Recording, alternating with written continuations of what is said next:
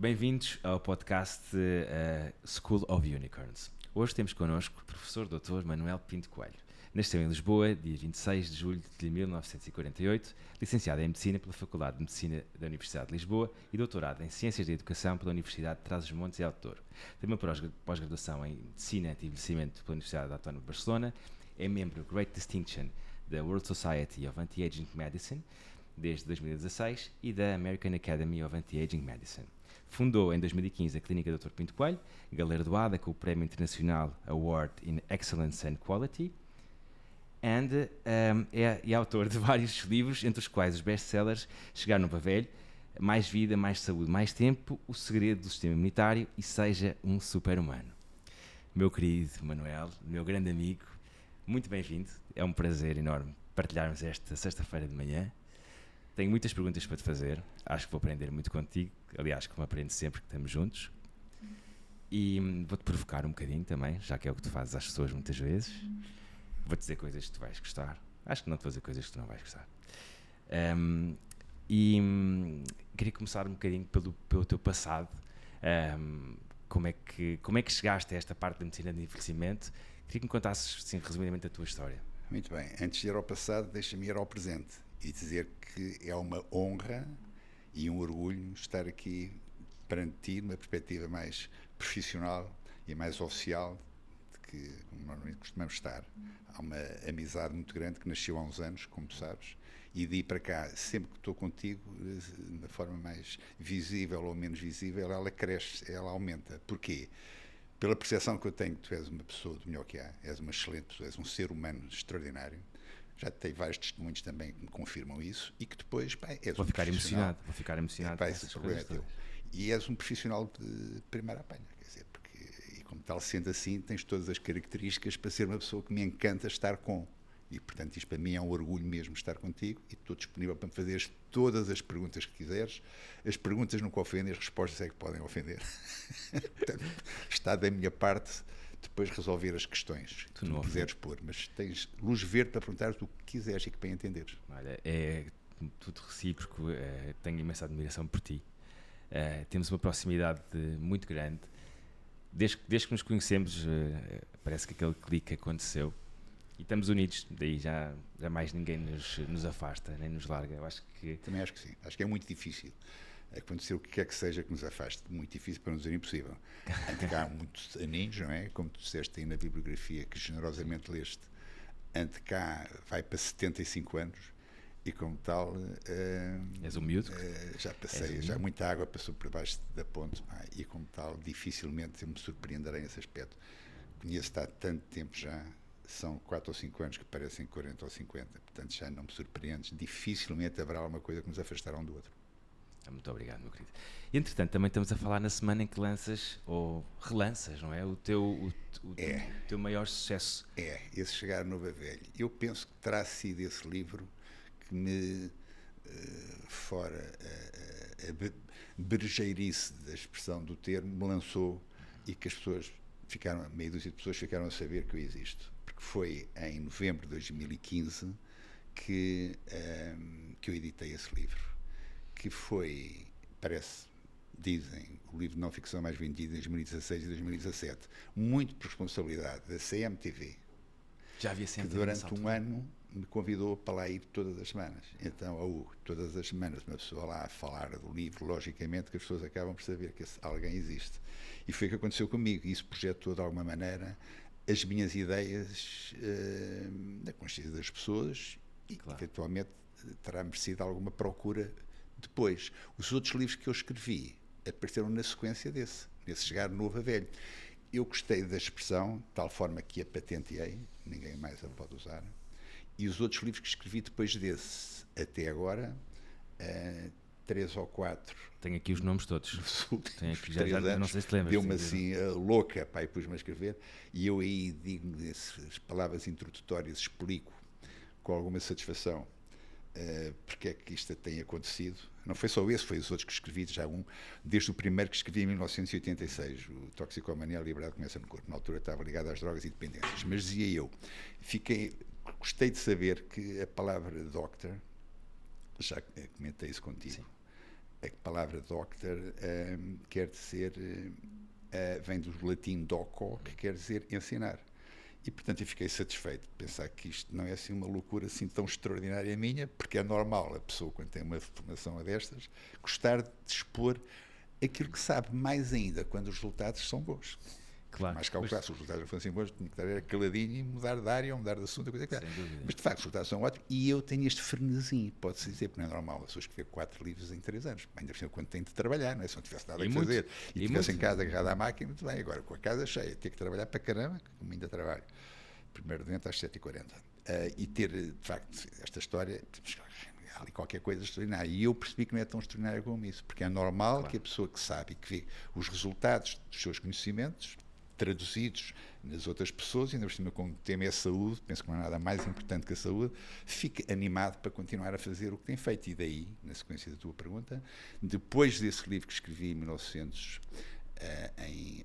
2015, em novembro de 2015, surgir então esse agora 7 anos depois, exatamente novembro também de 2022, para traduzir e explicar às pessoas qual foi a água então que correu debaixo da ponte desde 2015 até hoje. E passou muita água debaixo da ponte.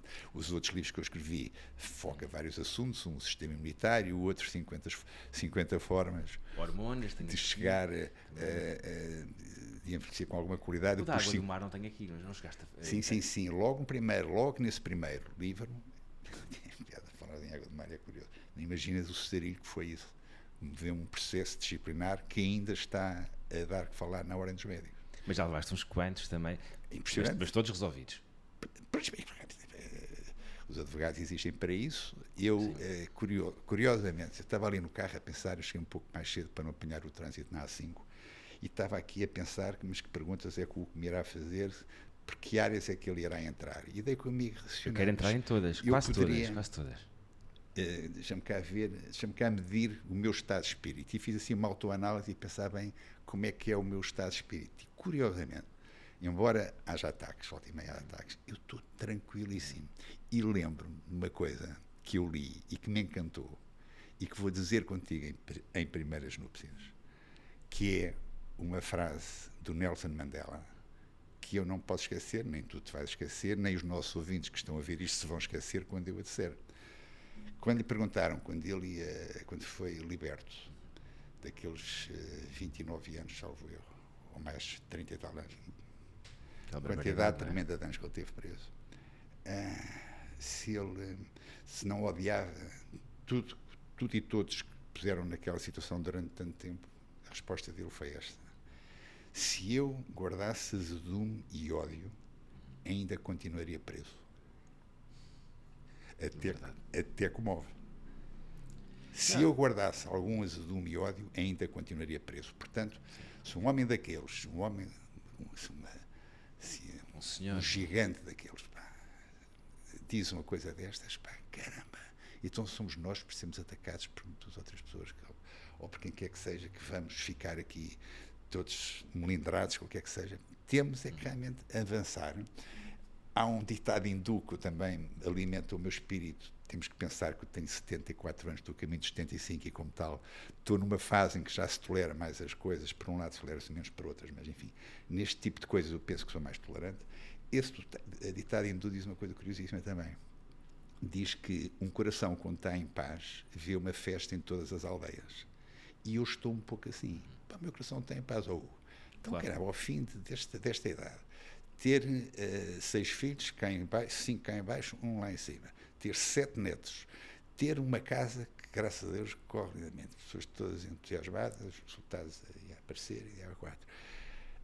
Pronto, uma editora que generosamente edita as coisas que eu digo. Eu tenho que estar a dar graças a Deus. Sou católico, um péssimo católico, mas sou católico, acredito em Deus, e tenho que dar a graças a Deus, não posso ver a coisa de outra forma. E como tal, o meu estado de espírito é este.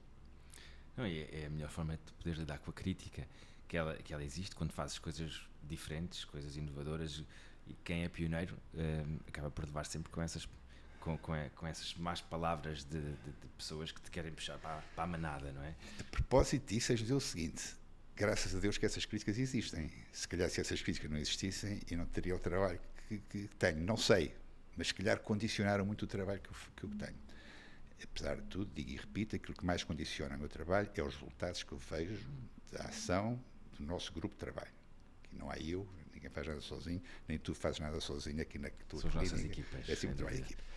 As críticas, vão lá ver, as críticas diziam que ainda bem que existem, porque elas condicionam, e se calhar se não existissem não tinha feito o trabalho que tenho estado a fazer. Contudo, há que aceitar verdades insufismáveis, que é, Einstein dizia de uma maneira curiosa, na moral do ressentimento, quem tem sucesso tem sempre que ser condenado.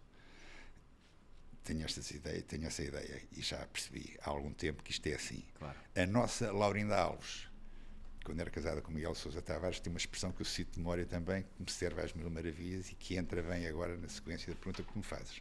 Ela disse assim: o fervor com que se tenta travar o ímpeto daqueles que pretendem fazer diferente e melhor só é comparável com a inveja que alimenta os medíocres e os incapazes e os une entre si contra o mundo. Totalmente. Um amigo meu, professor de Física da Universidade de Évora, António Heitor Reis, disse assim uma vez: a mediocridade sempre se deu mal com quem perturba o status quo. E isso leva-me ao nosso Steve Jobs, ao homem da Apple, que disse assim: as pessoas que normalmente nos criticam fazem menos que nós, trabalham menos que nós, têm muito menos resultados que nós. E eu lembro destas coisas ao Hugo. Tem isto encadeado porque faz de facto sentido. A memória é uma coisa muito bonita, mas as coisas têm que fazer sentido. Uma pessoa esquece. A pessoa só se lembra das coisas que se enquadram no seu pensamento, no seu dia-a-dia. Claro. E por isso é que eu cito estas citações, estas coisas de memória, porque de facto faz realmente sentido. E ajudam-me a suportar momentos duros, que são os momentos em que eu sou atacado, violentamente. Mas eu acho que cada vez vais sendo menos atacado porque as pessoas vão percebendo que tens provas dadas, não é? Eu percebi isso. E é impossível, com tantos livros, com tantos pacientes satisfeitos, com um negócio a crescer dia para dia, é impossível não funcionar, não estás a dizer barbaridade nenhuma. Eu tenho pena que as pessoas que criticam, que há ainda algumas, seguramente que há, não façam o que eu faço, que é escrever. Estudar também, não é? E claro que sem um estudo prévio ninguém pode escrever nada, mas portanto estudar e escrever. Mas as minhas ideias estão escritas, estão postas ao sufrágio, ao escrutínio das pessoas. E eu acho que quando se é intelectualmente honesto, eu tento ser, não sei se consigo ou não, mas tento ser intelectualmente honesto. As pessoas dirão se eu sou ou não sou. É assim que eu faço. Penso, escrevo. E está aqui, olha, as minhas ideias estão aqui, com as referências bibliográficas que eu consigo arranjar. Não digo que metade do livro seja referências bibliográficas, mas uma boa porcentagem são referências bibliográficas. Logicamente, aliás, nenhuma editora de gabarito como a Eleia, penso que é das melhores editoras que nós temos cá, se atreveria a publicar um trabalho de quem quer que seja que não tivesse documentado suficientemente aquilo que ele diz. Não é a primeira coisa que vem à cabeça que as pessoas põem e o editor edita, não. E como tal, tenho esse escudo também de ter uma grande editora a suportar aquilo que eu digo. E eu escrevo, Hugo, escrevo. O meu primeiro livro, desde 1980, que escrevi em 1986, Toxicomania, a Liberdade Começa no Corpo, era o Edições Correio da Manhã, era o Carlos Barbosa, o atual presidente do Automóvel de Portugal, o proprietário lá do jornal, o Vítor Direito era o diretor. O meu primeiro livro, 1986, até agora... Todos.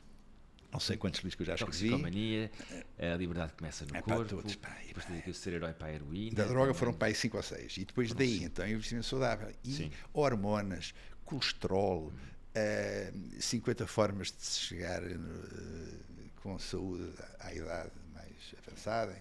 Enfim, os 50... O bichinho do escritor sempre esteve aí. É tal história do doctor, doco, que quer dizer ensinar. Eu sinto que tenho o dever...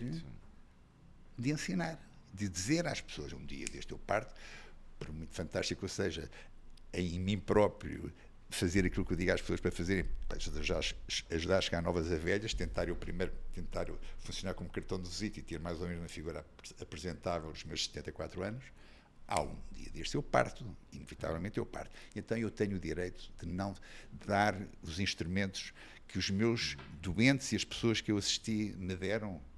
A primeira fonte de conhecimento é sempre empírico, é sempre a experiência, é sempre a prática clínica que nos dá sempre. Ideias são fantásticas, mas no dia seguinte prova-se que estão erradas. Claro. o antigo secretário de Estado da Saúde, António Lacerda Salles, disse uma coisa que eu não me esqueço, tenho alguma memória, como já percebeste, na TVI, que eu agarrei, embora a minha cor política não seja propriamente essa, eu agarrei e pensei que caiu-me do céu. O António Lacerda Salles, noticiário da TVI, diz isto: evidência científica de hoje é erro retificado amanhã.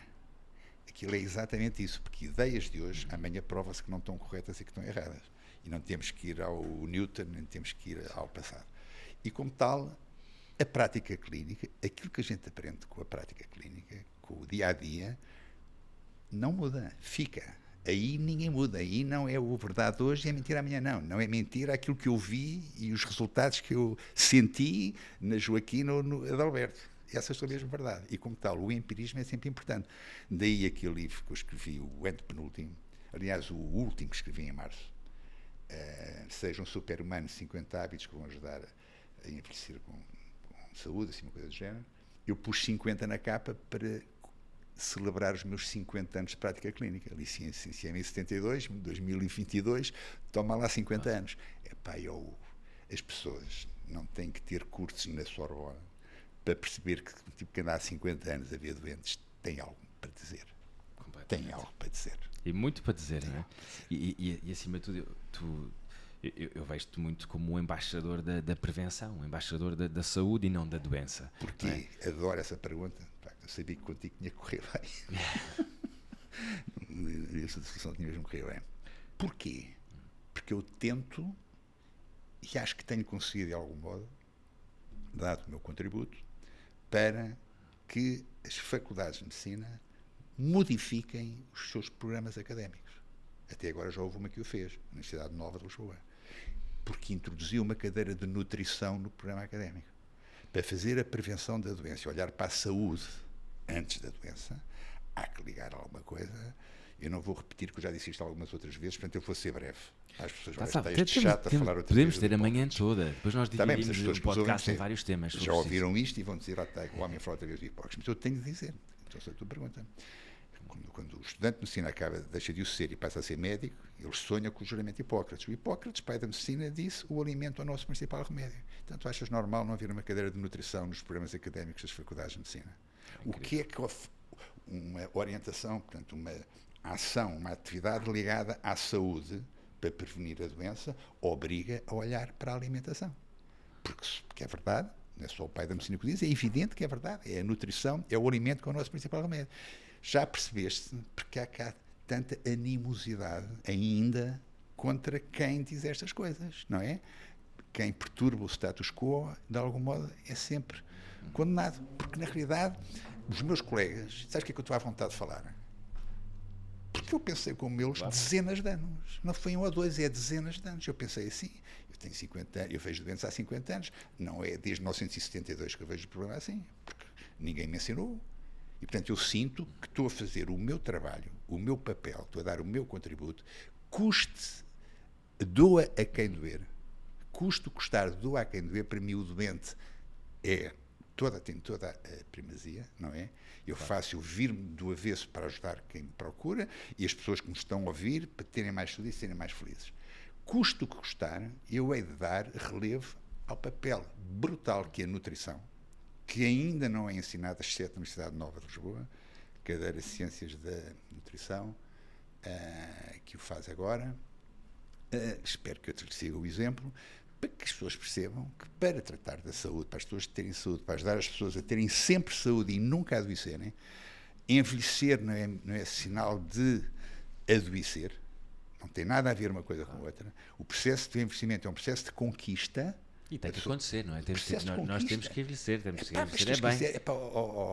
Passe a presunção. Eu sinto melhor hoje com aquilo que eu sei e aquilo que eu faço em mim próprio, porque me senti há uns anos atrás que não percebia nada disto e não fazia nada disto. Não tem problema nenhum em dizer, porque é de facto verdade. Se a pessoa souber a força que o alimento tem e souber a importância que têm os suplementos nutricionais e hormonais, que é coisa que nós saímos da escola sem ter ideia nenhuma do que se passa, a pessoa fica melhor com o meu estado de espírito e previne a doença. Eu também sou a prova viva disso, meu caro. Desde que te conheço, que me passaste a acompanhar e a suplementar com vitaminas e hormonas e afins, eu sinto-me melhor hoje do que aos 20 anos. Fico encantado. Tenho mais energia, melhor performance, melhor corpo, melhor cabeça. Fico muito feliz. É a generosidade tua, pá. Tu tens um equipamento genético que te leva até à Lua, pá, não precisavas de mim para nada, mas gosto de ouvir, logicamente gosto de ouvir. Com um bom treinador, como é óbvio, não é? Gosto de ouvir. Olha, Gosto de ouvir. Só em relação a esta parte da nutrição, se pudesses dar umas 3 ou 4 dicas às pessoas que nos estão a ouvir, o que fazer, o que não fazer em relação o que podem retirar da alimentação para terem uma vida melhor. Ótima. Essa pergunta é ótima. O que fazer e o que não fazer. Não é só em medicina que se ensina primo non nocere. Essa é do Hipócrates também. Primeiro não fazer o dano. Primo non nocere. Primeiro não fazer o dano. Qual é que é esse suplemento para a memória que tomas também?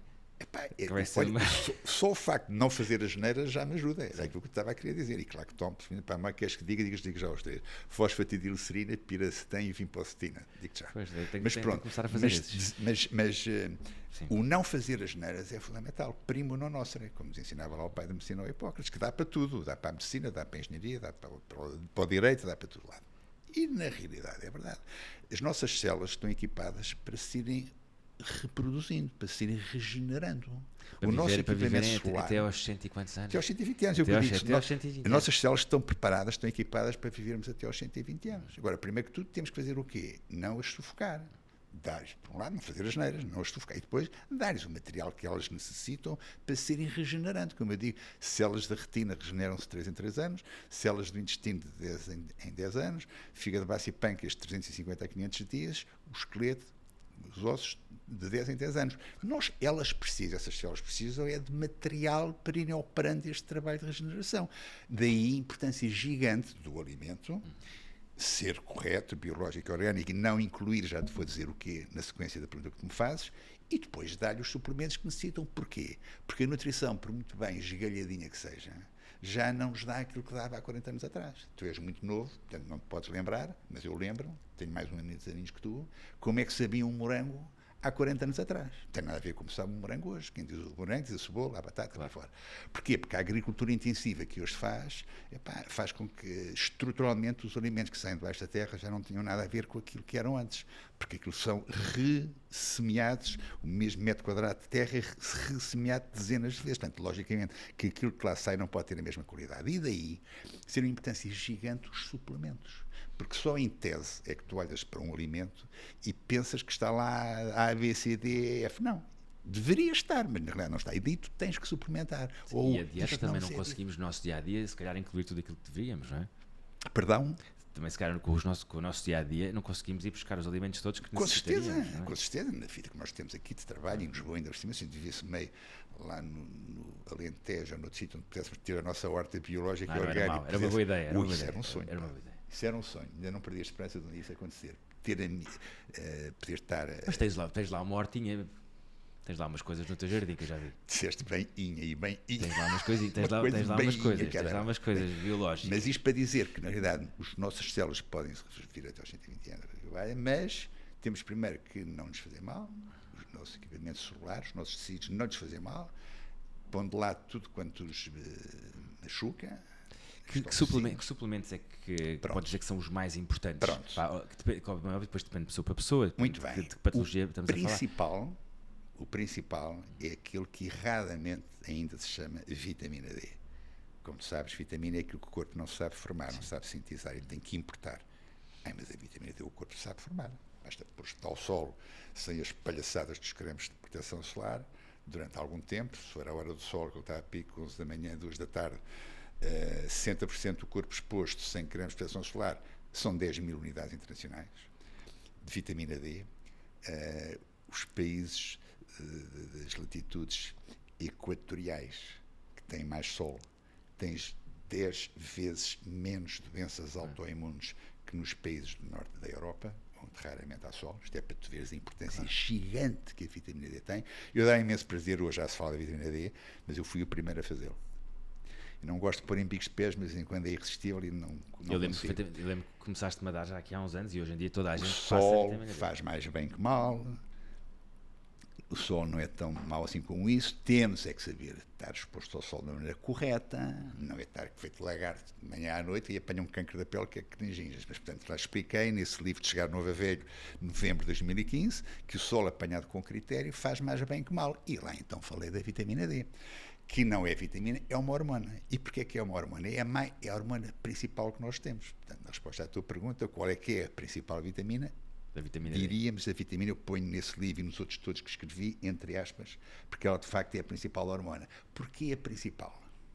Porque ela modula 10% do nosso equipamento genético.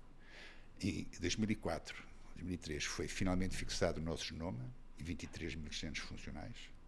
A partir daí nascem então duas ciências novas, a epigenética, que nos ensina a modular o comportamento dos genes, modificando a sua expressão, e a nutrigenómica, que nos ensina a fazê-lo através do alimento. E o que é que acontece? O que é que a vitamina D faz quando sai lá, apanha o sol? A nossa imunidade toda. A história, vai ao fígado, 25-HD, que é a forma inativa, chega ao rim, 1.25-HD, que é a forma ativa, modula 10% dos 23 mil genes, ou seja, 2.300 genes. A vitamina D, na devida proporção, não é tomar uma unidade internacional que a gente não consegue fazer, na devida proporção. Quantas são? Qual é? Para o adulto, 10 mil unidades. Para a criança, 100 unidades internacionais por quilo de peso. Aliás, 200 unidades internacionais por quilo de peso, o que dá para facilitar 2.000 unidades para 10 quilos de peso. Se tu fizeres, podes ter um pai que tenha morrido com cancro da próstata, uma mãe que tenha morrido com cancro da mama, que tu não ficas à espera do dia em que has de ter um cancro qualquer noutro sítio qualquer, ou noutro mesmo sítio ou noutro qualquer. Não tens de ficar à espera disso. Tu já não és tão refém da tua hereditariedade. A genialidade desta história do homem de se ter fixado o nosso genoma em 23 mil genes funcionais é que a genética perdeu muito da sua importância, continua a ter importância gritante. Calma aí, os geneticistas que não caem em cima de mim. Eu não estou a dizer que a genética já não manda, mas manda menos. Manda menos, porque tens a epigenética que passa a perna por cima, claro, que ajuda que os genes com que a pessoa nasceu, vítima de uma herança menos simpática que terá recebido do seu pai ou da sua mãe, que se expressem. Portanto, tu não ficas inevitavelmente à espera que se instale o cancro num dia, ou uma doença neurodegenerativa ou autoimune, ou o que seja, um dia qualquer da tua vida. Não. Tu podes modificar a expressão deles. Para teres uma ideia, nós temos 46 genes. Sabes quantos genes é que tem o arroz? 55. Isto é para tu veres uma forma prática como é que o alimento, a importância do alimento para em termos de epigenética ou nutrigenómica, para modificar o comportamento dos nossos genes. Por isso, hoje temos forma, e a vitamina D é uma forma brilhante, porque é a hormona que consegue mexer em 2.300 dos 23 mil genezinhos que tu tens. Já viste bem? Ainda há bocado está a falar de cromossomas, não é? 46 cromossomas, não era 46 genes. Se tivesses recomendado, desculpa, mais uma outra... Pronto. Quem fala de vitamina D tem que falar de magnésio, porque sem magnésio a vitamina D não é absorvida.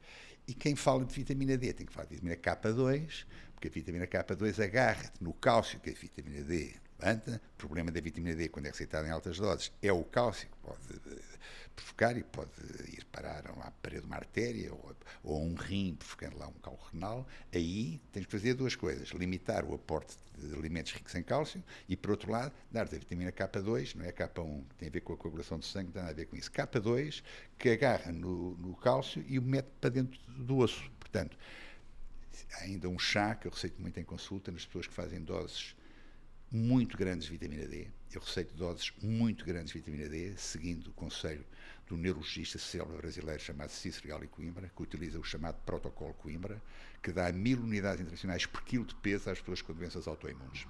Os doentes que eu tenho com doenças autoimunes graves, não é uma doença celíaca que eu faço, mas doenças autoimunes graves, eu receito, faço o protocolo Coimbra, digo-lhes, dou-lhes uma brochurazinha com 3 ou 4 páginas, que lá está tudo que eles devem fazer para afastar os alimentos ricos em cálcio. Digo para forçar a diurese, aumentando a ingestão de água. Logicamente, com mais água tu bebes, maior é a volémia, maior é a filtração glomerular. Por uma ação mecânica, a urina arrastará os sedimentos que, se lá se quiserem instalar, de carbonato ou oxalato de cálcio, que realmente aquilo que vai parar ao rim normalmente é cálcio, oxalato e carbonato de cálcio, e, portanto, forças a diurese, aumentas a ingestão de água e dás um chazinho que se põe lá naquela história, que pulveriza qualquer cristal de carbonato de oxalato de cálcio que, entretanto, que se quer instalar. Portanto, com a história do chá, mais a restrição do cálcio na alimentação, tu, com algum critério, com algum acompanhamento, fazendo as análises devidas, PTA, que é a paratormona, a hormona produzida pela paratiroide, que é quem comanda o metabolismo do cálcio, para terem atenção, para não exceder e para fazer com que ela que esteja realmente ao nível de poder contrabalançar. Quem faz, quem é acompanhado por ti, normalmente faz análises periódicas, talvez 3 em 3, 6 em 6 meses. Tudo sempre. quanto eu digo, aliás, nesse livro, como nos outros todos, está logo aí na terceira página, ou na segunda. Tudo quando é aqui dito, não invalida, vira a outra página. Tudo quanto é dito, é título meramente informativo, não prescinde do apoio médico, do Conselho Profissional de Saúde, fundamental, porque eu estou a falar para pessoas que não façam mais pequena ideia como elas são. A ideia não é massificar o público-alvo, todos nós somos diferentes, ou tu és um amigo do coração meu, mas és diferente de mim. Claro. Eu sou diferente de ti, sou diferente de Barça, sou diferente de toda a gente. Bem, portanto, não se pode, não é chapa 3 para toda a gente, cada pessoa tem a sua individualidade, e como tal, uma coisa é ideias baseadas na nossa experiência, que nos diz que vale a pena apostar nelas, porque vê as pessoas realmente ficarem melhores. Outra coisa é massificar e dizer o António, o Joaquim, a Anastácia, a Lourdes e a Francisca têm todos de fazer a mesma coisa. Não, vamos com calma. Há antecedentes familiares, há antecedentes pessoais, há histórias realmente de vida totalmente diferentes e, como tal, tem que ser um profissional de saúde que esteja perto dessa pessoa que, de uma forma sensata, opine. Eu acho que o conhecimento pode ser muito bom, mas olha que a sensatez não lhe fica atrás. Eu gostava de tocar aqui num ponto que para mim é um dos pontos mais importantes também que eu tenho vivido contigo, tem a ver com a suplementação hormonal. A suplementação com a hormona de crescimento, que é algo que tu recomendas frequentemente, principalmente a jovens e adultos, e algo que é um pouco controverso para determinados médicos. Que não entendem, isso é perigoso, não sei o quê. Deixa-me dizer-te, obrigado pela tua pergunta. Mas deixa-me concluir só a pergunta anterior. Falámos dos suplementos, eu te falei já te falei essa pergunta, gosto imenso, e vou-te responder essa pergunta da hormona de crescimento. Mas falei em vitamina D, falei em magnésio e falei em vitamina K2. Mas há outros que são também extremamente interessantes, especialmente agora em termos de epidemia, cada vez com menos expressão, felizmente. O zinco é um alimento notável, como o selénio, principalmente quem tem problemas de disfunção tiroideia, como a vitamina A, que também é um antiviral cada vez mais iminente, como a própria melatonina, que funciona também como antiviral, não é só a hormona produzida pela epífise que nos ajuda no processo de indução do sono, também se percebeu que ela também nos ajuda e que tem funções imunitárias importantes, ou seja, há outros. Agora, se tu me disseres, Manuel, diz-me só 3, eu digo-te estes 3. Diz-me 4, eu digo 4. Diz 5 e lá vou. Há antioxidantes notáveis. Há antioxidantes notáveis que nos achegam, que te ajudarão a tu a ficares com essa cara de menino durante mais 50 anos. Quais? Tens o resveratrol, tens o coenzima Q10. Tomei hoje também. Eu tomo para aí uns 10 comprimidos. Não me espanta nada para teres essa cara que tens, não me espanta nada que tomes. Vai uns 8. Além... E na dose certa. Mas toma esses todos que tu disseste. Na dose certa. Na dose certa. Uma coisa é as multivitaminas de mercado, que eu digo nos meus livros que é quase publicidade enganosa, porque de facto acredito que esteja lá tudo, mas não pode estar numa dosagem quanto baste para interferir realmente nos nossos processos metabólicos. Uma pessoa precisa de 100, está lá 5, senão não cabia tudo no comprimidinho mínimo. E agora, se te mandares fazer um laboratório de manipulados na dosagem correta, tudo isto, 10.000 unidades de vitamina A, 5.000 a 10.000, vitaminas de complexo B fundamentais, 100 mg cada uma na maioria, vitamina C nunca menos de meio grama, vitamina D, adultos, como disse há pouco, não menos de 10.000 unidades internacionais, acompanhados com os 100 microgramas de K2, magnésio, 500 mg, 1 grama, no mínimo, e dependendo da forma, o sal, dependendo das circunstâncias da pessoa, se dorme mal, se tem prisão de ventre, diaba 4, a forma de o fazer. Vitamina E para a sexualidade, espermatogênese, fundamental. Resveratrol, coenzima Q10, ácido alfa-lipoico, ginkgo biloba, são tudo suplementos que nos ajudam, na realidade, a tratar da nossa carroceria, não só para sermos menos velhos. Em propósito de hormonas, é o que eu digo, o processo de envelhecimento não tem que ser sinónimo de um processo de doença, porque nós podemos envelhecer com qualidade e sentirmos cada vez melhores. Eu repito o que disse ainda há pouco, o processo de investimento é um processo de conquista. Se a pessoa souber, para isso é preciso ser informada, e por que é que eu digo, a epidemia da Covid pode ser tramada, mas a da ignorância magoa muito mais, mas muito mais a vários níveis. Se a pessoa tiver a informação correta e se bater à porta certa, nem toda a gente pode dar informação, porque nem toda a gente sabe estas coisas, e fizer o trabalho de casa, tu envelheces e agarras a carinha que tinhas lá atrás e não ficas chato e resingão e depressivo e ansioso e não ficas chato de não teres conversa e passares a vida a falar da guerra da Ucrânia e da Rússia e do Covid, ficas com a cabeça mais aberta, entras na cultura, entras nas artes. Olhamos para ti, chegamos aos 75 anos com essa frescura toda. Tento fazer alguma coisa daquilo que eu digo. Leitura, música, as pessoas não entendem, porque ninguém não lhes é dito, que um dos 50 hábitos que eu disse no livro que escrevi antes, seja um super-humano, um dos 50 hábitos, a leitura, básico, que é chamada biblioterapia, de certeza que 90% das pessoas que me estão a ouvir nunca ouviram falar nisso, não é? Sim, é verdade. Biblioterapia, o que é? Biblioterapia, pois, é o tratamento de algumas doenças com a leitura, como se fazia antigamente nas civilizações grega, romana e egípcia. Colegas meus no Cairo tratavam algumas doenças pondo os doentes a ler, não todas, é evidente, mas algumas, pondo as pessoas a ler o Corão. Última Grande Guerra, Primeira Grande Guerra, 1914-1918, biblioterapia francamente utilizada para ajudar a tratar e ultrapassar determinado tipo de patologias que lá havia. Neste momento, ali na Santa Casa da Misericórdia de Lisboa, há 2 técnicos que têm trabalho em curso, como eu falo no outro livro, sobre isto que eu te estou a dizer, o que é que a pessoa pode lucrar realmente em ler. As pessoas não leem. E com esta história do telemóvel agora, é dramático. As pessoas esquecem-se um pouco dos pilares da sua saúde, não é? O ler é básico, por variedíssimas razões. Não só a pessoa fica mais culta, claro, não é? Fica a perceber mais alguma coisa deste mundo em que nós vivemos. É importante estimular a mente, não é? Perdão? As pessoas têm que se estimular a mente. Não, mas as pessoas têm que perceber. Se foi dar informação, as pessoas percebem. Se as pessoas percebem. A pessoa que não lê, se perceber que a leitura é das maneiras mais fáceis e baratas de aliviar o seu stress. Tu conheces alguém que esteja a ler um livro e que esteja estressado, só se quiser ler 2 livros ao mesmo tempo. Claro. Aí é que pode ser estressado.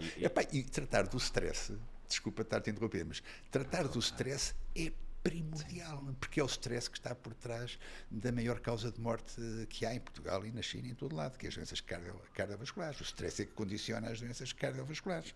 Vou-me repetir, mas acho que faz sentido agora. Qual é que é o dia e a circunstância em que as pessoas mais morrem de infarto miocárdio? Segundas-feiras às 6 da manhã, que a pessoa acorda, levanta a pestana, prevê, visualiza a semana de inferno, mais uma que vai ter, dentro de casa e fora de casa, serotonina, dopamina, noradrenalina, que os neuromediadores todos que são vasoconstritores, apertam a parede dos vasos, o sangue passa menos, o oxigênio chega menos aos tecidos, aos músculos, ao músculo cardíaco, a pessoa morre com infarto de miocárdio. O livro, portanto, stress, o livro, por isso é que eu não vejo o Sporting a jogar a bola, prefiro não ver e acordar às 4 da manhã e ir ao telefone a medo e se a coisa correr bem, ir à televisão e verem quando é que foram marcados os golos, não aguento. Não estou a pôr-me a jeito para situações dessa natureza. O livro trata o stress. Tu estás a ler, estás a viajar, não tens que fazer a vacina, não tens que gastar dinheiro, estás a viajar para onde tu quiseres, depende do jeitinho que tu tiveres para escolher o livro, e estás ali a tratar do teu stress e estás-te a acalmar, pá. E não estás agarrado no telemóvel a mandar mensagens, ou a ver mensagens, que é uma coisa inacreditável, pá, que a pessoa ainda fica mais estressada ainda. Fica cada vez pior, não é? Porque aumenta-nos o stress, aumenta-nos a instabilidade, dormimos pior a seguir, estamos agarrados ao telefone o dia todo. As pessoas ficam mais burras. Sim. A pessoa fica mais burra. Porque a pessoa, senão, isto é como o bicípede, não é só o bicípede que cresce com o peso e o halter. Os neuróniozinhos aqui também precisa de treino. Também convém, não é? Se não exercitas, se tu não lês, se não fazes nada que estimule, a coisa vai abaixo, não ficas brilhante o resto da vida, a coisa começa a ir abaixo. Não adianta tomar suplementos, não adianta tomar suplementos, pá. Pinto Coelho. Se eles não têm realmente alvo para atingir. Com o estilo de vida, não é? Que é aquilo que interessa. O estilo de vida é o que interessa. Porquê é que tu não sabes tanto isto? Porque não tens um laboratório da indústria farmacêutica a promover um colóquio sobre os estilos de vida. Até me dá vontade de rir. Porque sabe que os estilos de vida que lhes arruinam o negócio. Há duas coisas que não interessam, que é matar e curar. Quem diz isto não sou eu, é o grande Lair Ribeiro, brasileiro. Ele tem toda a razão.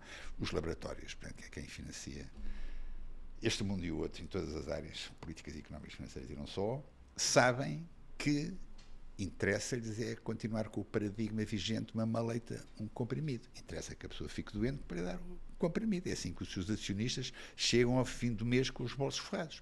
Se tu fazes, não tens um laboratório a fazer um congresso sobre estilos de vida, porque sabe que o estilo de vida, se nós modificarmos o estilo de vida na direção certa, tu não tens de usar um medicamento. Isso é tratar da saúde antes da doença. É isso que esse livro e os outros dizem. Podes começar pela parte do sono, não é? O sono trata-nos de muitas doenças. Quando me perguntam qual é o principal suplemento, eu digo sempre um sono reparador. Não é? Porque se a pessoa se não dormir bem, ferrado, não é aquele dormir agitado, um sono ferrado, 5, 6 horas de sono, é vital para que tu no dia seguinte consigas funcionar. Tu podes tomar o suplemento certo, o A, B, C, D, E, F, G, H, se não dormes bem, se tens um sono horrível, é difícil aguentares um dia capaz, percebes? Claro, tens que recuperar, não é? O corpo tem que descansar e preparar-se para o dia tens seguinte. que aprender depois a dormir bem sem teres que tomar remédios. Sabes qual é aquilo que eu digo? Agora tenho todo o gosto em dizer. Eu ouvi-te a semana passada dizeres uma higiene do sono correta Conta. para ajudar as pessoas a poderem dormir sem estar a meter comprimidos pela boca abaixo. E é fundamental ter o comprimido muito bem, no caso desta higiene do sono não funcionar, destas medidas englobadas na dita higiene do sono não funcionar. Quais são as medidas? A mais importante de todas, dormir num quarto escuro que nem breu. Escuro que nem breu. Não vires a mão em frente aos olhos. Se isso não for possível, põe uma máscara. Porquê? Porque a epífise, que é a nossa glândula, que segrega a melatonina, só põe a melatonina na corrente sanguínea em situações de escuridão total. Portanto, precisa de escuridão. Por isso é que o sono entre as 10 da noite e as 2 da manhã, aquelas 4 horas são fantásticas. É as horas mais importantes, que é quando a epífise mais manda melatonina em maiores quantidades para a corrente sanguínea. Portanto, escuridão. Segundo, teres na tua mesinha de cabeceira o livro mais chato que lá tenhas em casa. Não é um livro interessante. Biblioterapia, mais uma vez. Li-me esse livro ao fim da segunda página, já estás a captar. Não, este dá-te insónias depois. Pronto, mas pronto. O livro chato que é para tu ter pima, captar-se ao fim da segunda página. Em terceiro lugar, estímulos audiovisuais, telemóvel, televisão, 1 hora antes de dormires, não convém estares a olhar para aquilo. Convém leres, como disse ainda há pouco, leres. Se não quiseres ler, ouve música. Já agora, mais para o Beethoven do que para os AC/DC ou para os Scorpions. Para acalmar. Depois, hidratos de carbono a partir das 7 da tarde, não. Estômago vazio de 3 horas. Glúten out. Mas o glúten é out, supostamente, da dieta. Isso, sim, estava aqui 2 horas a falar dele. Mas em termos de higiene do sono, é muito importante não comer glúten, porque tu deixas de comer glúten e adormeces com mais facilidade e o sono é muito mais perene. Só pelo facto de não comer glúten. Isto incluído nas ditas estratégias, nas medidas da estratégia do sono. Pois o glúten é outro filme, enfim, tem a ver com outras situações. Sabes que eu faço quase tudo do que tu dizes, só às vezes o comer antes de ir para a cama é que não consigo. Eu chego a casa, nós somos parecidos, né, nessa parte, acordamos muito cedo e o nosso dia acaba cedo. Às vezes quando estou sozinho, sem miúdos, sem nada, chego a casa às 7, janto e 8 horas estou na cama. Pronto. Vou logo para a cama a correr. Então deixa-me lá dizer-te uma coisa, pode ser que te ajude a modificar um bocadinho essa coisa, que é a seguinte: nós comemos para quê? Para dar energia à casa das máquinas das células, chamadas mitocôndrias, por isso é que a gente come. Se as mitocôndrias querem que ninguém as chateie, querem que as deixe descansar, quando a pessoa vai dormir, elas não existem como se não existissem. Então tu estás a dar alimento para quê? Elas não precisam, elas querem dormir. A última refeição do dia é totalmente escusada. Eu só entendo que se as faça, por um lado, quando a pessoa não sabe, ignorante, não tem este conhecimento, ou quando tem uma vida social intensa e tem que jantar, e com certeza que vai jantar. Mas se a pessoa estiver presente, que aquele alimento que vai ter e que depois vai dormir não faz sentido nenhum, porque de facto não faz sentido nenhum, a pessoa dá consigo a não comer tanto. Eu gosto de dizer, quando o consciente toma a decisão, o subconsciente faz a previsão. Se a pessoa souber, teoricamente, as coisas que está a fazer, dá consigo a fazer as coisas mais corretas ou em não fazer tantas asneiras. Às vezes deixe-me fazer só Só os santos é que não fazem asneiras. Todos nós fazemos, eu não sou exceção. Mas, sabendo o que está certo, a pessoa tem tendência, na tal história do subconsciente faz a previsão, tem a tendência a fazer as coisas mais acertadas. Só de acordo com esta nossa conversa, e a parte do jejum intermitente? Bem, Que é algo que tu recomendas a muitos pacientes. foi outro que me deu prazer, né? Nesse livro, Chegar Novo a Velho, pela primeira vez eu falei no jejum e das 4 formas de o fazer, não é? 24 horas, 16-8, comer das 11 da manhã às 7 da tarde, do meio-dia às 8 e não comer lá para cá, 12-12, comer 12 e não comer 12, e 5-2, 5 dias paleolítico, já estou a dizer a importância de paleolítico, e 2 dias a 500 calorias. É a quarta forma. Fazendo esta história, o que é que acontece? Acontece que o corpo, as mitocôndrias, não tendo a fonte de calorias que precisa, tem que se safar de algum modo. Claro, então tem que ir buscar a às sua reservas. gordura. Vai às reservas, que é a gordura, principalmente a visceral da castanha, que a gente convém mobilizar, porque se a mobiliza, por um lado perde, fica mais elegante, e por outro lado fica com mais energia. Porquê? Porque a gordura com fonte de energia vale 9 quilocalorias por programa. O hidrato de carbono e a proteína só valem 4. Por isso é que a pessoa magra parece que tem mais vida que a pessoa gorda, por causa disto tudo. Mas, portanto, estas formas de fazer jejum, como eu falei há 7 anos atrás e que nesse livro desenvolvo, e que depois outros profissionais de saúde falaram recentemente, só faz de facto sentido. O tal regime cetogénico, o que é que quer dizer? É que se a pessoa não come o hidrato de carbono, o corpo tem que ir buscar a gordura, tem que ir buscar os corpos cetónicos. Os corpos cetónicos são para as gorduras, como os aminoácidos estão para as proteínas. E, de facto, uma alimentação assim energiza melhor, tem um valor energético maior e a pessoa perde as gorduras adicionais que tem, porque se ela é mobilizada, a pessoa logicamente que a perde. Portanto, só faz sentido o jejum. E tens muitos pacientes que vão ter contigo para perder peso? Caramba! Muitos não. Caramba! Mas o peso é um sinal Que alguma coisa não está bem, não é? de que alguma coisa não está bem. Tens que explicar que não é só... Vamos lá ver, a medicina que... Penso eu que a medicina correta é a medicina funcional, que é a medicina que tenta ir à causa, claro, não deixando de se preocupar com a sua consequência, com o sintoma, que vai essencialmente à causa. Porque se a pessoa se trata só a consequência, se a pessoa parece uma pessoa para perder peso e dá lá uns pozinhos pim-pim-pim para a pessoa perder peso, mas se a pessoa se não muda nada, daí a pouco tempo Claro. volta a estar com excesso de peso. Portanto, tem que se ensinar essencialmente como é que a pessoa consegue atacar, enfrentar a palavra-chave de todo este processo, do aumento do peso, da diabetes, do cancro, das doenças autoimunes, das doenças neurodegenerativas, que é inflamação. Se tu condicionares e se tu minimizares o processo inflamatório invisível, insidioso, aquilo que tu não dás por ele, a não ser que estejas doente, só dás pela inflamação quando estás doente. Não dás pela inflamação, diria, insidiosa, quando estás bem, mas não modificares alguns hábitos de vida, estás a alimentar essa inflamação e acabarás então por ficar...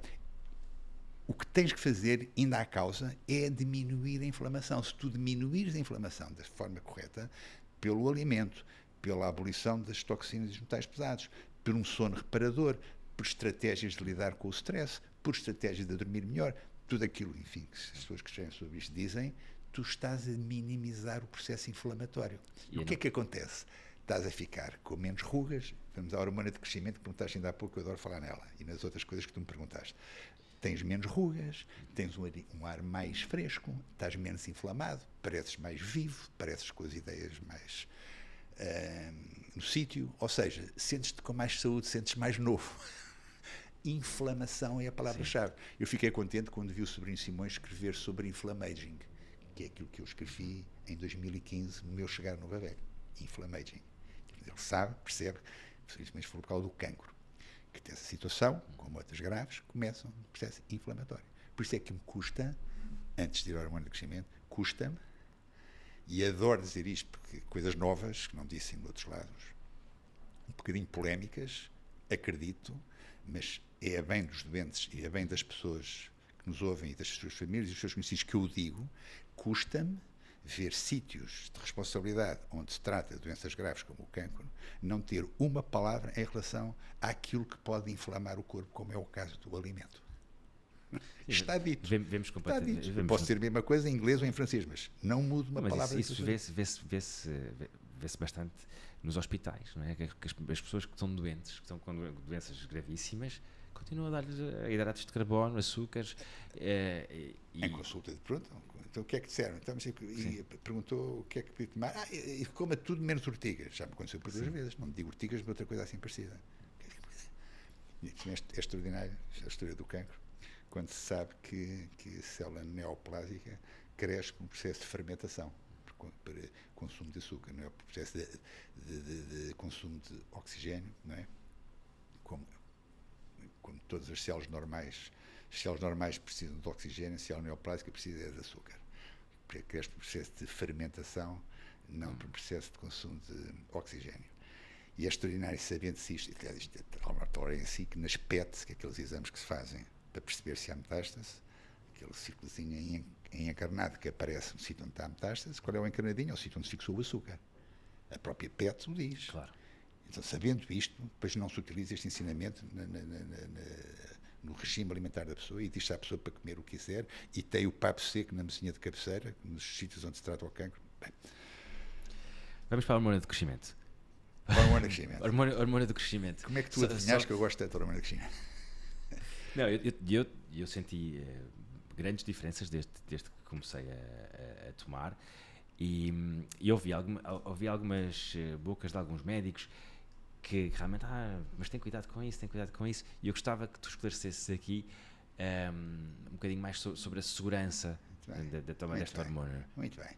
Como eu digo, num livro que eu escrevi só sobre hormonas, para elucidar o público em geral e também a classe médica, logicamente não foi só para elucidar a classe médica, senão o livro tinha vendido meia dúzia de exemplares, não tinha vendido mais. A maioria da classe médica não lê, não quer saber coisas que não estão formatadas na caixa que os ensinou e a mim também. Mas o público precisa disto, não é? Porque as pessoas hoje em dia não sabem onde recorrer, não é? Pronto, hormona de crescimento. Porquê é que tu te sentes bem com a hormona de crescimento? Porquê é que eu me sinto bem com a hormona de crescimento? Porquê? O que é que a hormona de crescimento faz? Trata estados de fadiga profunda, ajuda a ver a vida com mais claridade, fortemente antidepressiva, é ansiolítica, melhora a osteogênese, melhora a capacidade aeróbica, aumenta a massa muscular, diminui a massa gorda, estimula as funções imunitárias, melhora a libido, melhora a memória, inverte alguma parte do envelhecimento, tira as rugas, chega. Quem é que não quer isto? Agora, verdade toda, não há pior mentira que uma meia verdade. Verdade toda, é cara. É caro. É caro. E nem toda a gente tem saúde. E como é que ela se pode fazer? Está a saber o que eu estou a dizer, não é? Nem toda a gente tem saúde para fazer a hormona de crescimento. É cara. É cara. E, portanto, tem que se condicionar, nem toda a gente tem saúde para lá ir. Mas respondendo à tua pergunta, quais são as contradições que há, eu falo no meu livro sobre hormonas. Contradição absoluta, história pessoal de cancro. Segunda, diabetes tipo 2. Contraindicação relativa de diabetes tipo 2, contraindicação absoluta, história pessoal de cancro. Isto é aquilo que grande parte da informação diz. Tu vais à PubMed e tens a maioria dos trabalhos a falar disto, mas tens muitos trabalhos também a não dizer nada disto. Tens muitos trabalhos também a dizer que a hormona de crescimento não é contraindicada em estados de campo. Lembras-te naquele rol que eu acabei de dizer há segundos atrás, ter falado que estimulava as funções imunitárias? Então, se estimular as funções imunitárias dá cancro? Então, mas o cancro não é quando a imunidade vai abaixo e perde no braço de ferro com a célula neoplásica? Não faz sentido. E, de facto, a hormona de crescimento faz isso. Mas o assunto é polémico. É polémico. E por isso, quando a pessoa em consulta me põe em questão, eu digo sempre não faça. E sabes porquê? Eu vou dizer. Porque não quer chatices. Não é? Não quer chatices. E se a pessoa tem um problema sério e se está a fazer a hormona de crescimento, mesmo que a hormona de crescimento não tenha nada a ver com o problema sério, se a pessoa for ruim, o que é que vai dizer? Eu fiquei assim porque tomei a hormona de crescimento. Até por uma questão de inteligência eu não o faço. Agora... Tens tanta coisa também que podes fazer boa, tantas armas. Como é que a pessoa se defende? Como eu faço nos livros que escrevo. Referências bibliográficas. Está lá.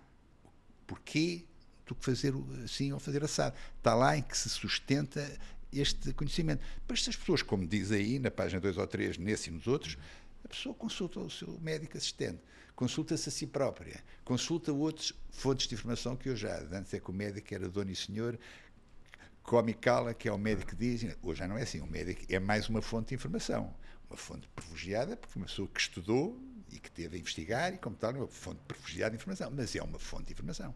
Eu nunca digo que curo ninguém, Hugo. Ninguém cura ninguém.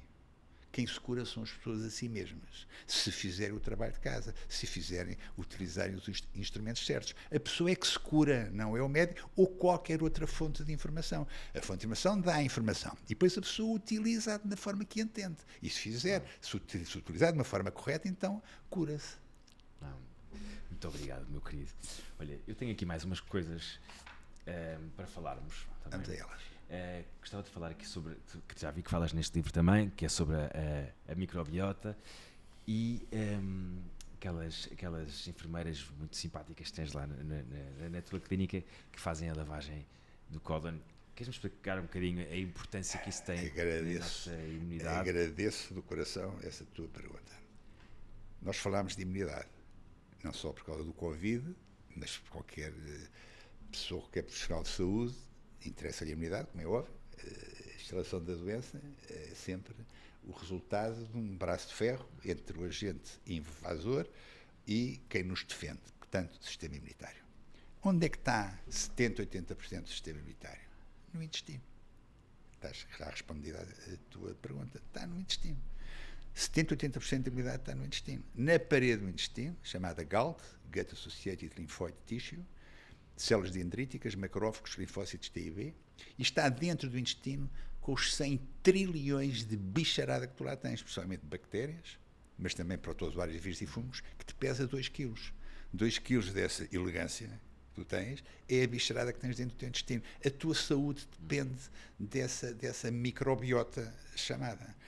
Tem DNA também com as outras células. As pessoas não imaginam, a começar pelos médicos, eu contra mim falo, porque tive dezenas de anos sem fazer ideia disto que te estou a dizer agora, a importância gigante que a microbiota tem. Daí a importância de ter isso em linha de conta e eu tomar o probiótico, aquelas bactérias que são arrasadas cada vez que nós tomamos um antibiótico. Probióticas é pela vida, antibióticas é contra a vida.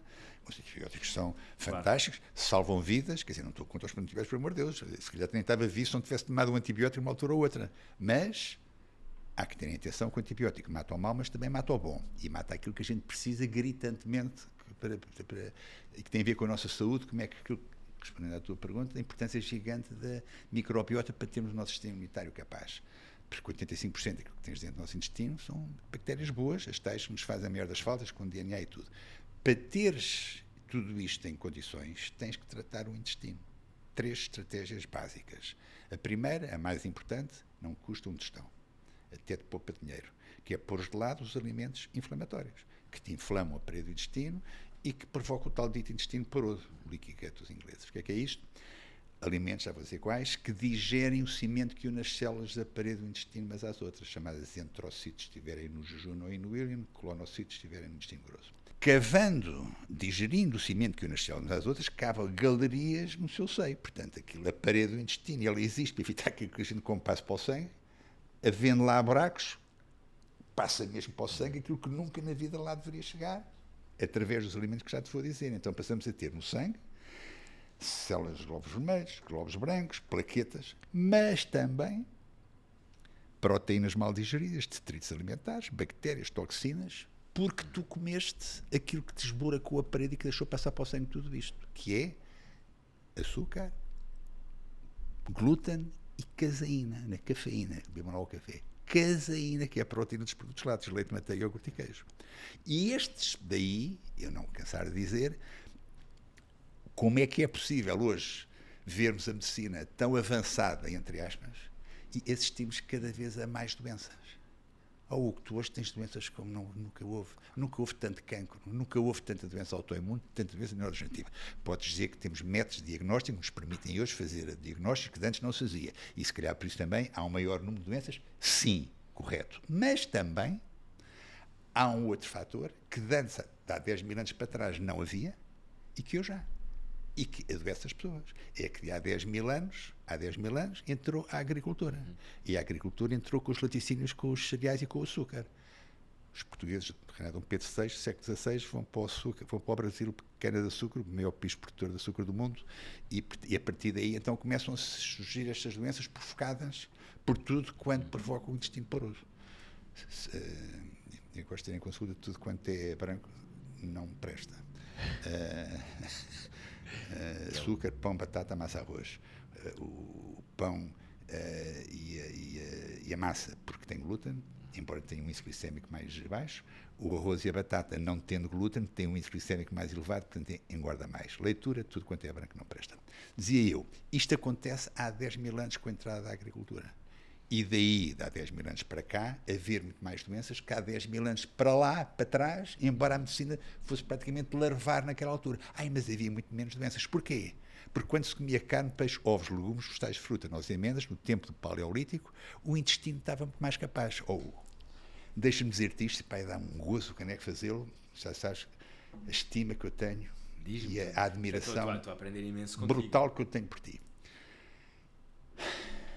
Tu não achas esquisito em África não haver o Covid que se pensava que ia haver, aquelas populações não têm todas flageladas com o Covid? Não achas extraordinário? Não se fala nisso. Sabes porquê? Por causa da alimentação. Porque ninguém tem saúde para comer hambúrgueres com batatas fritas, para comer aquilo que lhes magoa o intestino. Não há açúcar, não há cereais, não há glúten, não há caseína, não há queijo, não há iogurte, não há leite de vaca, não há... E como tal, o intestino dos africanos, assumo aquilo que digo, o intestino dos africanos é um intestino mais saudável, até pelas carências de recursos que normalmente as populações africanas infelizmente têm. Infelizmente há fome em África. E como tal, havendo fome em África, é um tal jejum intermitente forçado. Aquele intestino é um intestino mais saudável. Mais triste, mas mais saudável. E como tal, as pessoas têm menos probabilidade de adoecer. Porque aquilo, rebobinando, aquilo que causa inflamação é essencialmente este tipo de alimentos. Além das outras situações que eu referi ainda há pouco, não vou repetir. Uma das razões. A outra razão porque é que há menos Covid em África. Eu estava imenso a dizer coisas em primeiras núpcias a ti que tu mereces. Não, eu agradeço-te muito. O sol. Faz todo sentido. Embora as pessoas tenham pele escura, os caucasianos, a síntese de vitamina D opera-se com mais facilidade do que as pessoas com pele escura. Com pele escura tem que estar mais tempo exposto ao sol para sintetizar a mesma quantidade de vitamina D. Os africanos têm pele escura, precisam de mais tempo ao sol. Mas tempo ao sol não lhes falta. Nem dinheiro têm, coitadinhos, para ter uma t-shirt, se calhar, num tronco nu. E por isso têm níveis de vitamina D superiores. Hugo, eu já cá não estarei... sem tomarem aqueles suplementos todos que tu recomendas, não é? Se tivessem dinheiro para isso. Mas parece eu já cá não estarei, enfim, por boas ideias que tenho em relação ao anti-aging, ao investimento saudável. Tenho 70, estou com 75, será difícil apanhar isso. Agora tu, que és muito novo, poderás chegar a uma altura em que isto tudo é estudado, há trabalhos com certeza de investigação que vão documentar isto que eu te estou a dizer. A razão porque é que em África o Covid não bateu tanto à porta daquela rapaziada. Claro. Vitamina D e um intestino mais saudável. Faz todo sentido. No meu humilde ponto de vista. Muito bem, meu querido. Vamos agora a outro capítulo, que tem a ver com os metais pesados. Está bem? Que falámos no outro dia. Bem. Metais pesados, as amálgamas. Muito bem. É algo que também te aparece bastante no teu dia a dia. Muito bem.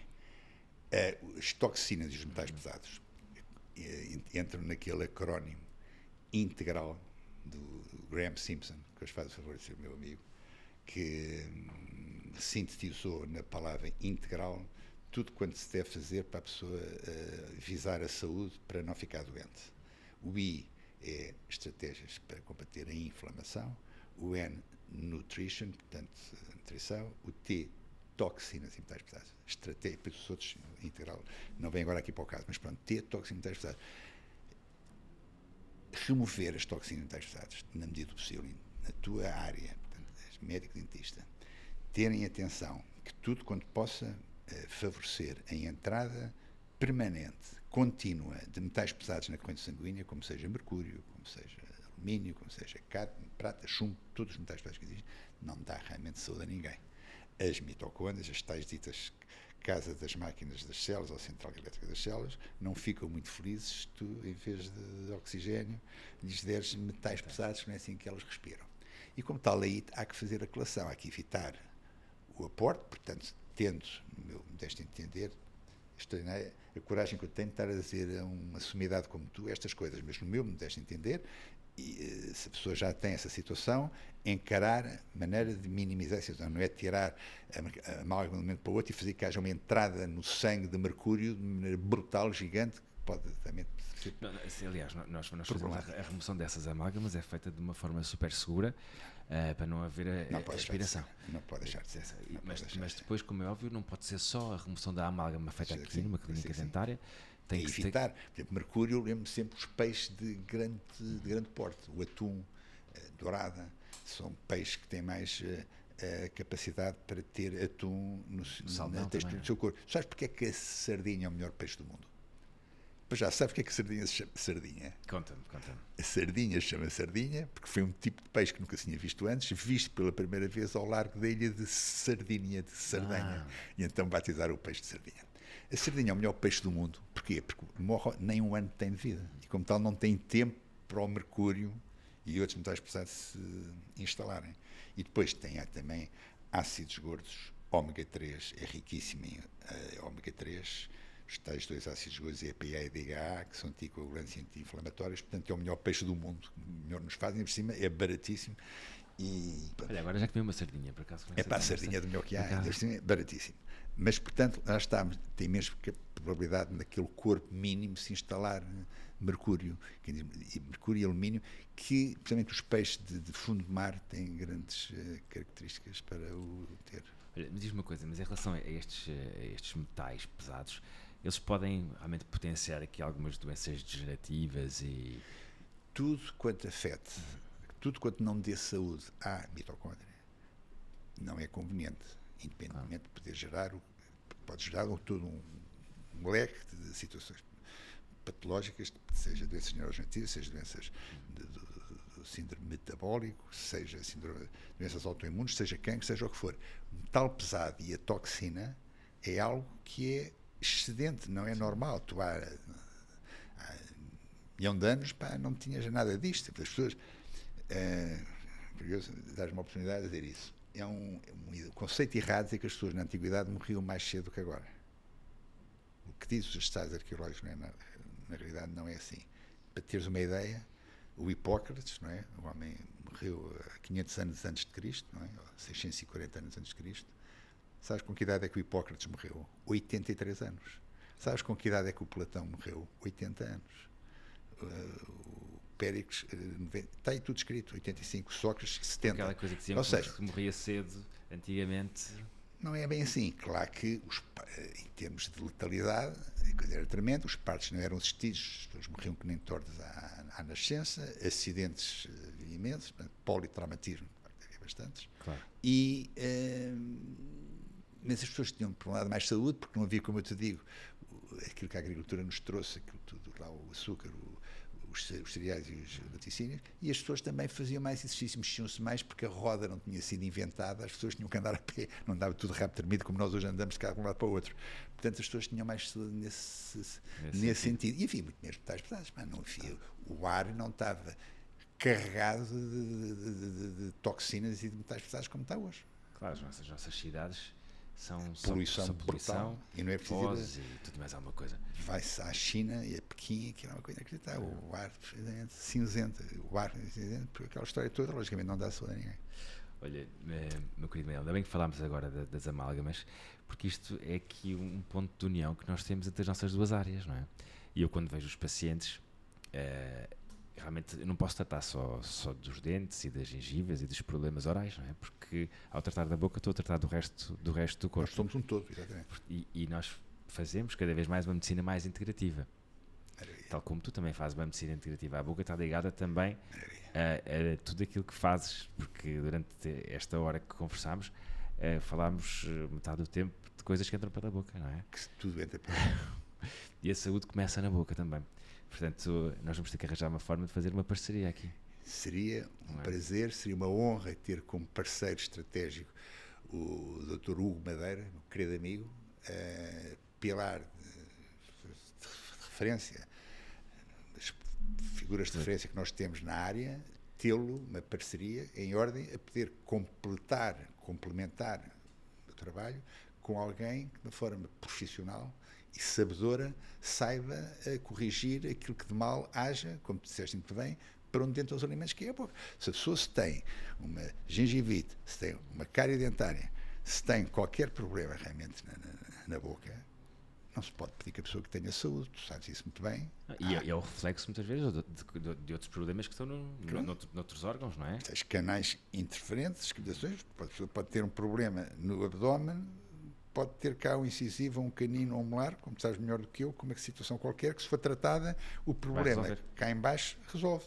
Portanto, resolve. Lá está. Medicina funcional, é que vai à causa, não se limita em tratar o sintoma e a consequência, vai à causa. Portanto, estar com as atenções centradas na patologia do órgão e não perceber de onde é que pode vir a patologia do órgão, não perceber que ela pode vir cá de cima, através dos tais de canais de interferência, até de um dente mal tratado, ou de uma gengiva inflamada, qualquer porta de entrada de qualquer micro-organismo, é realmente estar a ir mal, não está a fazer o trabalho de maneira certa. Portanto, o trabalho de medicina funcional integrativa dita também inclui, na forma indispensável, a abordagem correta, profissional, à boca, que entra, como disseste muito bem, onde entra tudo que nós metemos. É bidirecional, sem dúvida, não é? Nós temos que apostar em mudar o modo de vida dos nossos pacientes. Vamos embora. Mudar o seu estilo de vida. Ontem. Potenciar aqui o título, como tu gostas, da longevidade saudável. É mais agradável do que anti. Anti é logo ridículo, não é? Anti, que é isso, anti? Anti-morte, que é isso? Temos que envelhecer de qualquer maneira e temos que envelhecer bem. Nascemos com uma doença mortal que é a vida, não é? Sim. Nós temos é que ter calma a fazer as coisas, processo de conquista em ordem, a vivermos com qualidade, primeiro que tudo, e o máximo de tempo possível depois. Olha, o que é que ainda te falta fazer? Essa pergunta é extraordinária. É que já fizeste 1000 coisas, escreveste não sei quantos livros, vários casamentos, não sei quantos filhos, clínica, tiveste várias vidas, és como os gatos. Mas olha, o que é que me falta fazer? Essa pergunta é boa, nunca ninguém me tinha feito antes. Olha, se as coisas continuassem assim, se eu conseguisse viver mais uns anos, para ver os meus 2 filhos mais novos, a Sofia que tem 4 e a Lara que tem 6, casarem ou não casarem, ou amantizarem, ou viverem sozinhas, mas, portanto, andarem pela vida felizes, que é a palavra-chave no meio disto tudo. Independentemente das escolhas que elas fizerem, dos parceiros que tiverem, ver a Lara e a Sofia felizes. Se Deus me desse tempo para eu sentir isso e viver isso, era uma pessoa feliz. Mais calcular, eu tenho 6 filhos, 5 cá, 1 lá, mas os que estão cá, já têm as vidas deles, alguns deles já têm filhos também e estão mais que arrumados. Agora as minhas miúdas, a Lara e a Sofia, que apareceram um bocadinho fora de prazo.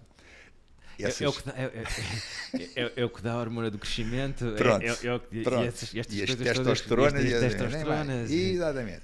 Claro que eu adorava. O que é que me falta fazer? Eu digo-te, olha, Hugo, continuar a ver as pessoas satisfeitas à minha volta, as pessoas que me procuram, não é as pessoas que escrevem e que opinam e que essas opiniões de facto incomodam, não pode deixar de ser que incomodam quando não são favoráveis, mas a tal que quando é construtiva tem uma obriga se calhar a ir melhor. Mas a tal história do Freire hindu, não é?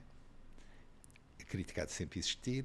Se eu não posso fazer condicionar o meu estado de espírito e a minha felicidade para essas críticas. Agora, o que eu quero é continuar a ver as pessoas felizes à minha volta, continuar na casa em que trabalho a ver as pessoas a baterem na porta e a saírem de lá contentes, como tem acontecido até agora, ver as pessoas que lá estão comigo, que já são algumas, a trabalhar de uma forma agradável e feliz, ver as pessoas a rir, até o ambiente, enfim, a continuar aquela claridade que lá existe, ver as pessoas a rir, felizes, contentes, as que trabalham, aquelas para quem trabalham. Gostava muito de viver durante muito mais anos. Isso nunca cansa. Ver as pessoas felizes e satisfeitas com o nosso trabalho nunca cansa. Há quem diga, tenho o ego suficientemente, já não. Ninguém tem o ego suficientemente, já há sempre espaço para mais alguma coisinha. Pode sempre crescer mais alguma coisinha. Alguém dizer que a gente acertou e que a pessoa se sente melhor por nossa intercessão, nunca é demais. É sempre coisas que nós gostamos de ouvir, contigo seguramente será a mesma coisa. E, portanto, logicamente gostava que este panorama continuasse a acontecer, que eu continuasse a crescer, ia num piso, já vou em 2 e não sei como é que será mais tarde, E, logicamente, ver os meus filhos a crescer de uma maneira saudável, os que já são crescidos, estas duas agora novinhas, acho que há muita coisa ainda a viver. Eu acho que... E já agora ver o meu clube campeão. Essa é que eu não concordo. Mas pronto, temos uma divergência. Temos uma divergência só.